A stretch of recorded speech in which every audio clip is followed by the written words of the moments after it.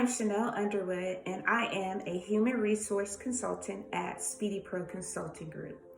I will be providing today's brief regarding remote planning. I also work very closely with Timothy Lohman, who is one of the head consultants at our firm. If you have any questions or issues, you can direct some of those to him. And of course, as always, you can reach out to our director, Dr. Seaman. Thank you for attending today's brief, and I hope you find it informative in assisting you with taking your respective departments remote. Okay, let's go ahead and get started. The purpose of this plan is to assist you all in developing your own internal processes for launching and managing a remote plan for the continuity of your operations. All plans will at a minimum address the areas outlined to ensure that we deliver the same level of performance that is expected by your community, your stakeholders, your subordinates, and your organization. This policy applies to all employees that are employed by this agency. Contractors must consult with their respective contractors for guidance. The administrative duties, meeting requirements, and responsibilities of employees will remain the same. Any duties that are necessary to the continuity of operations that also require the physical presence of the employee will be resolved through direct coordination with their supervisors. Supervisors may require their employees' physical presence in the building, but it should not exceed 4 hours. The presence of employees cannot exceed the maximum capacity of established policy and must be approved by the Chief of Staff. The Chief of Staff will approve exceptions to policy on an ad hoc basis for circumstances such as equipment and technology failures, necessary software updates, classified briefings, emergency responses, and time-sensitive mail distribution are some of the reasons why you may need to come into the building. Timeframes for remote operations will be published weekly via memorandum delivered electronically on Fridays, no later than 12 p.m. noon. Determinations or designations of essential workers and support staff will be left to the directors of the department. However, it will not conflict with the original designation of a duty position and description, that is, current developed plan and evaluation. If work extends into a new rating period, then the supervisor may make modifications in accordance with current policies and regulations governing changes to the duty description at the beginning of a new rating cycle. Work agreement. All supervisors will ensure that there is an updated and current telework agreement in each employee's file that has been signed by both the employee and supervisor. Supervisors will address all concerns at that time the telework agreement is developed. Any special considerations or reasonable accommodations will be annotated in the agreement. Employee suitability. Supervisors will assess the suitability of employees for telework and implement strategies to resolve and mitigate any changes or risk. For example, if an employee does not have access to stable Wi-Fi, then the supervisor will make arrangements with the IT department to supply them with the hotspot. If an employee struggles with understanding technology, then the supervisor will provide the employee with resources and, if necessary, assign them a mentor that can help them walk through different technology processes. Work schedule and timekeeping. Work schedules are expected to remain the same. Those who have alternate work schedules or regular days off will continue with the same schedule. Federal holidays and reduced manning days will remain unchanged. Those who have been diagnosed with COVID-19 will use administrative leave. Other illnesses unrelated to COVID-19 will use normal sick leave procedures. Employees are still permitted to utilize regular leave as needed using normal procedures. Employees will continue to record, review, and concur with work hours in the electronic timekeeping system. Job responsibility. The supervisor and employee will work together to determine if there are any changes to the duties or expectations. If the employee finds a reduction in daily requirements, then the supervisor and employee will develop projects that can be developed that will enhance the overall operations of the department and the organization. Performance evaluations. Evaluations and counseling will continue unchanged using DP maps. The counseling periods and rating periods will also continue unchanged. So, having a good communication plan and having good communication is going to be very important to the success of any remote plan. All employees will forward their lines to their personal devices. All employees are expected to log in and remain logged in to Microsoft Teams throughout their work day. When employees take their designated 15-minute breaks or their 30-minute lunch break or their 1-hour lunch break, they will change their status in MS Teams. Supervisors are required to make visual contact daily with their staff members via video teleconference. All employees are expected to respond to emails and phone calls with a reasonable amount of time.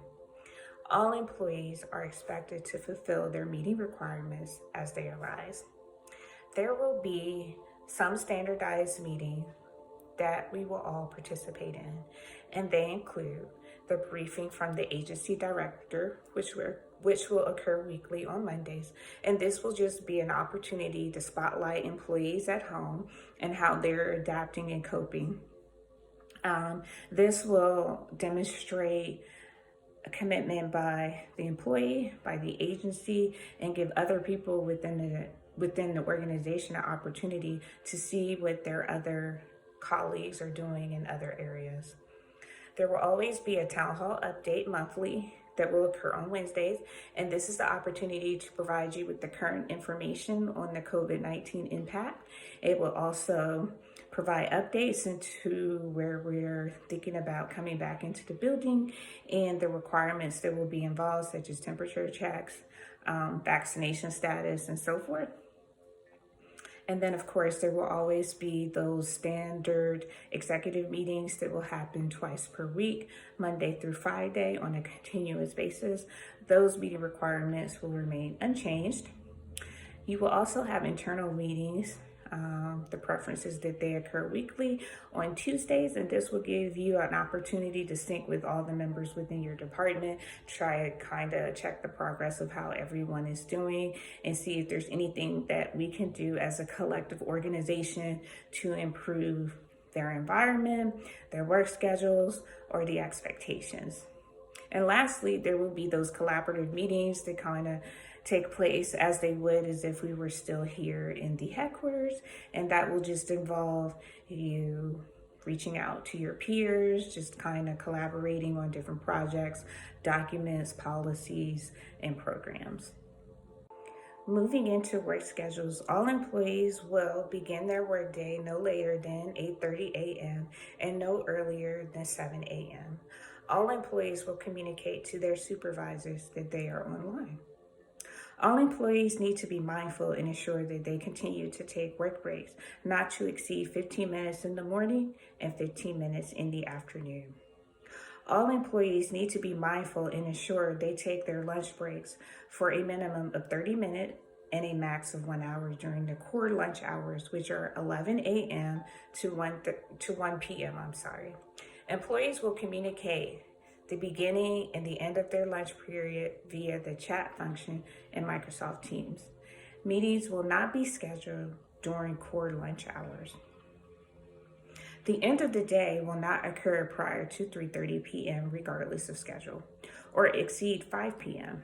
Core hours are from 8:30 a.m. to 3:30 p.m. That means regardless of what schedule that you have, you need to ensure that you are logged in and performing your duties between the core hours of 8:30 a.m. and 3:30 p.m. This means that individuals should be able to contact you during those hours. All employees are expected to utilize private Wi-Fi connections. All employees are expected to safeguard all equipment belonging to the organization.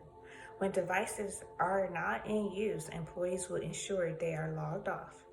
Employees will not allow non-employees to utilize any equipment provided by the organization for personal use. Employees will use headsets in meetings where private information is discussed in order to maintain confidentiality.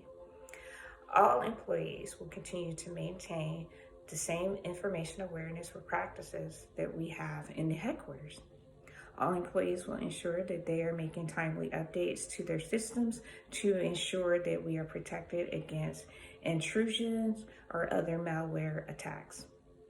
Now we will cover workspace, equipment, and some expectations regarding your work area.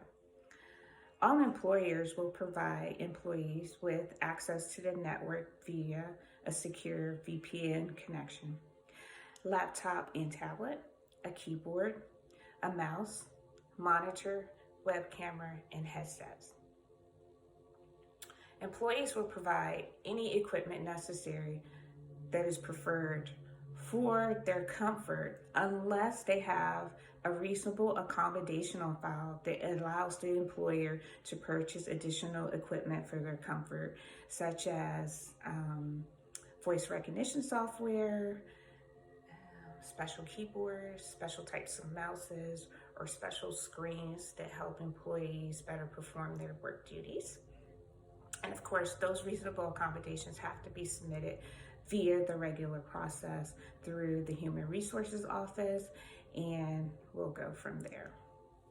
The workspace expectations is that you are in a quiet environment, that you are free of any distractions, and that especially for meetings, that you're in a place that allows for talking about sensitive issues that should not be heard by individuals who do not actually work for our organization.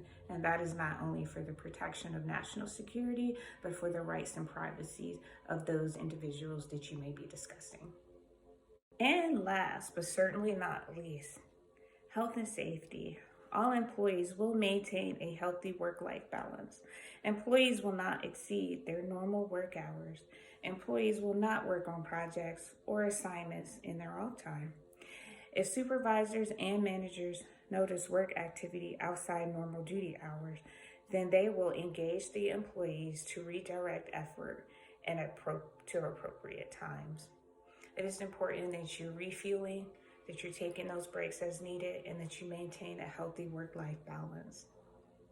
It's important that all of you keep in mind that we are all in this together. And if we continue to work as a team in the remote environment and stay engaged as we do when we're physically present in the headquarters, there's no reason why we can't be successful.